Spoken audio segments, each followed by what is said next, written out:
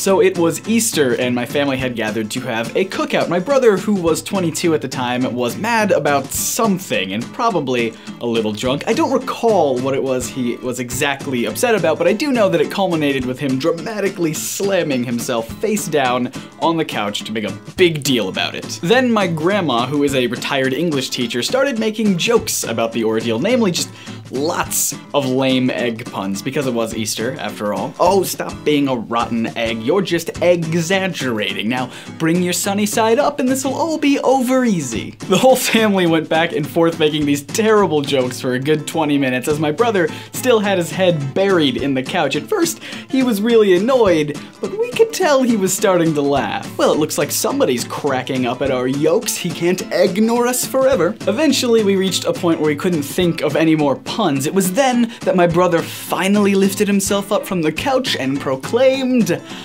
"I'ma let those jokes slide." So the worst fight that I ever had with my brother was over a chicken salad sandwich. It was a hot summer day and I was 13 years old. My brother was 10. I had just finished some chores. My brother was upstairs playing on the computer, so I decided to forage around the fridge to look for something to eat.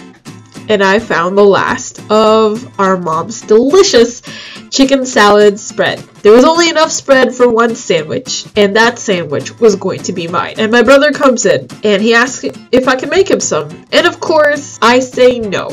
You can't have any, because you didn't do any chores, and you just were on the computer all day. Naturally, this didn't bode so well with him. So what he decided to do is make a couple snarky remarks. And of course, I made some back, and then we just kept going back and forth until it escalated to a full-blown shouting match. And the climax of this particular argument was when he told me, before storming out of the kitchen, that I was adopted. Which I'm not, but in that moment, I practically believed him. He told me that our parents had hid the adoption certificate somewhere and I could go look and find them, and in the heat of the moment, I actually believed him, but I was so angry at him for saying something like that. I followed him outside with a knife that I was holding because I was cutting up the sandwich. It sounds like it's gonna get gory, don't worry, it doesn't. At this point, I was just angry, crying, and he was too, and I kind of took the knife and I shook it at him, and he kept like daring me to do something with it. But I realized that the chicken sandwich just wasn't worth the grief. So I left it alone and kind of just went off and sulked. But as I left the kitchen, I saw him go back in, and he decided to take the sandwich that I had just made. Now, naturally, I couldn't let this go, so I made an especially nasty remark. And without a word, he picks up the sandwich. He comes back into the living room. He takes the sandwich and he hurls it at the wall so hard that upon impact, the sandwich explodes all over the wall, the floor, the couch, the coffee table, and in the end, no one got the sandwich. 3 years ago, I broke up with someone. It was one of those breakups where you both agree it's amicable and you're just not right for each other in that romantic way, but you can still be friends, right? Then, you actually end up at the same party, and everything deteriorates like a rom-com cliche. Emotions show up, and suddenly you find yourself arguing in the hall outside the bathroom about the betta fish you bought together that apparently you do care if they keep. Things get heated, someone's car gets keyed, everything implodes, and you realize just being friends might not work out. That's pretty much my story, except for one little detail. It wasn't a person, it was food. 3 years ago, I was sick as a dog. I was nauseated, I had a constant stomach pain that was like a knife. My list of symptoms was so long that every time I went to the doctor, I forgot one of the symptoms and had to correct it later on. I doctor hopped until I found the solution. I was diagnosed with 30 food allergies and intolerances. I loved food. Food and I had been living together happily for years, but food was bad for me.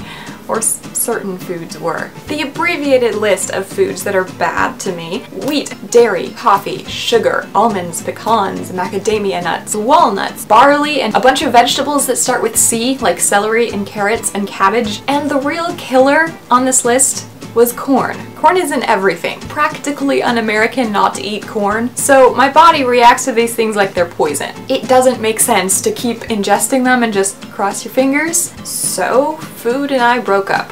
I went cold turkey off of 30 allergens. I Skyped my then long-distance boyfriend and cried about the breakup, and he comforted me as much as you can over a webcam. I cried openly in stores more than once when I was reading through ingredients lists. Pickings were very slim, but over time, as breakups go, things start evening out, and you start feeling a little better, and I felt like I had more control. I was recovering. I sometimes ate things that had little traces of allergens or I wasn't sure were safe because I figured, they won't hurt. They always did hurt, but I pretended they didn't. I thought I had struck a bargain with my amicable ex. Food and I were just friends.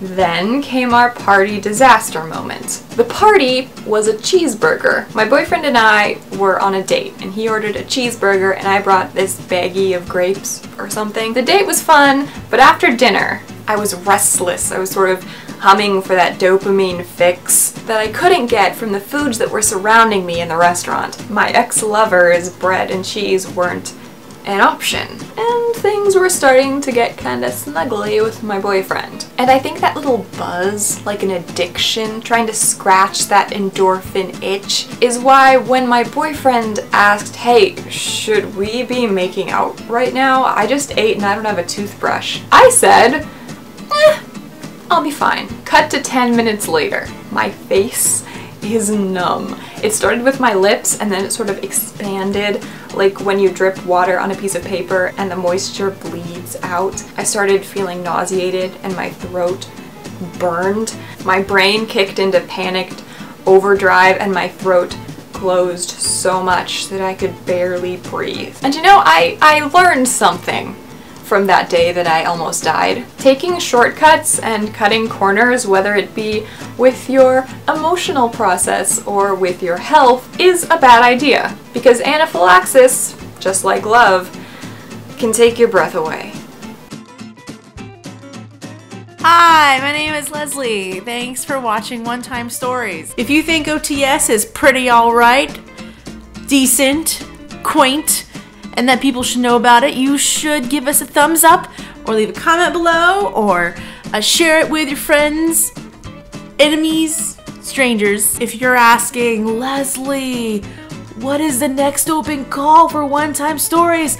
Yeah, we have one. We have it. If you're thinking about telling a story on One Time Stories, or if you have a friend that should be telling a story on One Time Stories, send them the link to this video right here. It's funny because in 2015 we're just pointing right here, but 8 years ago we were just a little further down, pointing to the sidebar over there. Oh, it's just a flick of the wrist.